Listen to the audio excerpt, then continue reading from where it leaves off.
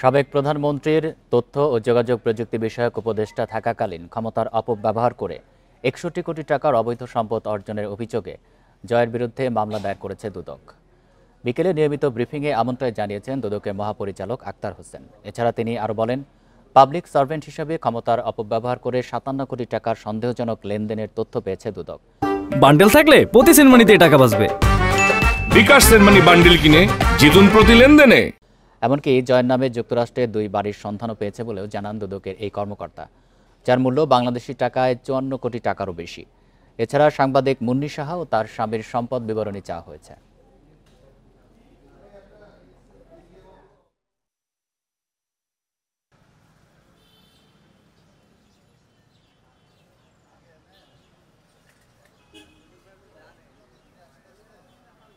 ক্ষমতার অপব্যবহারপূর্বক অসৎ উদ্দেশ্যে অসাধু উপায়ে অর্জিত গাতোয়ারির সাথে সম্পত্তিবিহীন ৬০ কোটি ১৪ লক্ষ টাকারও বেশি মূল্যের সম্পদ অর্জন এবং ৫৭ কোটি ৫০ লক্ষ টাকারও বেশি মূল্যের অর্থ সন্দেহজনক লেনদেন